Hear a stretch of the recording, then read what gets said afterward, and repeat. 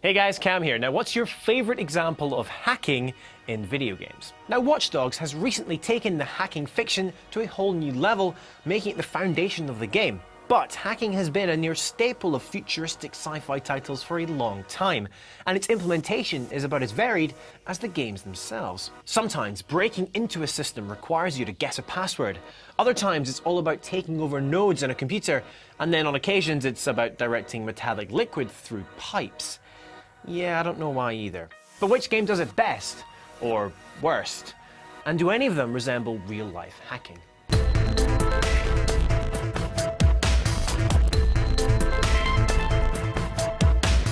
To help me with this week's reality check question, I sat down with a hacking expert, Chris Boyd. You might remember him from such episodes as Could Watch Dogs Be Real? And this one. He's a computer security researcher and malware intelligence analyst for Malwarebytes, and knows a thing or two about hacking in games. Hell, he even once identified a significant vulnerability in the Steam client and gave Valve the heads up. Top man.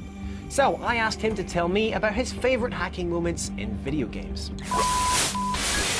There was a game many years ago, Enter the Matrix, spin-off from the Matrix trilogy, and that had this kind of cool user terminal that was built into the game. And as you progress through the game, you could hack the terminal and the machine world, if you like, to give your character extra skills, abilities. And it was kind of true to sort of real-life hacking as far as the films went. And it was a very, very clever tie-in, and it just seemed to work with the game world that they built very well. Okay, so that's the good, but what about the bad? Now, while BioShock's strange liquid pipe system must get a nod for being the weirdest and perhaps least plausible hacking system ever in a game, I don't think it's the worst by any means. So, I asked Chris his opinion on the worst hacking in games. Really good game that I like. Not many people like this one, but there was a game called Alpha Protocol. Sort of really clever, open-ended spy game. But it made the mistake of trying to be too literal, kind of, with its hacking. And it was terrible. If you logged into a terminal to hack it, you got this green screen of ones and zeros and various other numbers. And all of these numbers are constantly changing on the screen, and you've got something like a 10-second time limit to move one set of numbers on the right and one set of numbers on the left to the point where they both meet over the one place on this flashing wall of numbers that is completely static. And it was as bad as it sounds. It was absolutely terrible. One of the first things you end up having to do while you're breaking out of this lab is this hacking minigame. And it just stopped me dead. I couldn't even work out how to do it. There was no real tutorial for it. And I just put the game away for about 5 months, I think, because I just couldn't work this thing out. I tried it. I must have tried for about an hour, gave up. And it was only after I went back and forced myself to get through this awful minigame that the rest of this game opened out. It was wonderful, but I've never seen a game so very nearly scuppered completely by this one terrible 10-second minigame. Now, even though hacking in games is extremely varied, there is one consistent trope in every hacking system that I can think of anyway: time limits.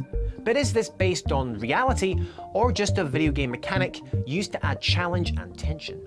To some degree, yeah. I mean, in the games, it's more of an arbitrary, 20-second, 30-second limit, just because you'd be able to sit there and hack all day. In reality, someone goes and breaks into a server. There's a lot of variables that may or may not have a big impact. So they may know that someone is checking this information all the time. There might be a really hot server admin that's always looking at this thing because he's nervous in case someone's trying to break into it. But generally speaking, if you know that this server that you're trying to break into is on the other side of the globe, and you're going to do it when they're all in bed asleep, the system's going to pick it up, but there might not be someone at the other end watching it in real time. But more of a concern for people more than time limits is just trying to get in and out without being noticed at all. It doesn't really matter if they spend a little bit of time in there or a lot of time, as long as they know how to cover the tracks and make it look like there was nobody there. That's really the ultimate objective.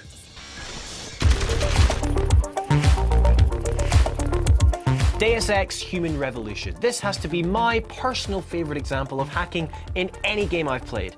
The system is actually pretty fun, very tense due to it occurring in real time, and also requires a degree of skill. But what does Chris make of it, and is it grounded in reality?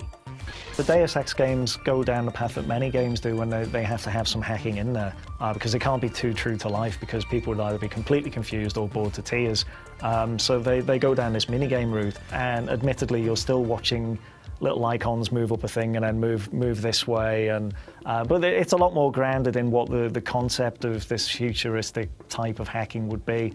And the Deus Ex games are good because you can social engineer a lot of the passwords from computer terminals, from random conversations that you've overheard, from bits and pieces of information picked up in the game world.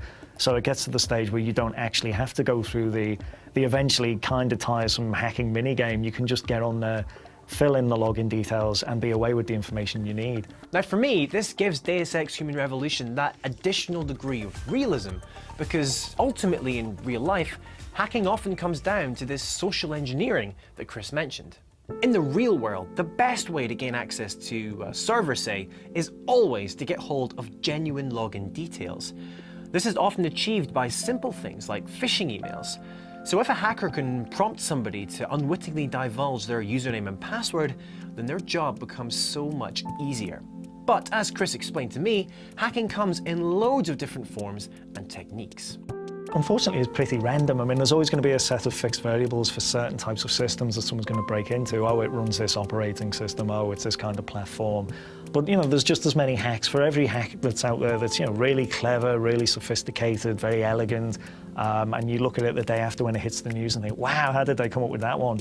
There's lots of script kiddies who sit there with some tool that someone else made. They don't know how it works, they don't know how to run it, they just know that they have to push the big red button and it will go off and find the information that they think they need. So it's very random. There can be a lot of skill involved, there can be a complete absence of skill involved. So tell me, what are your personal best and worst of hacking in video games?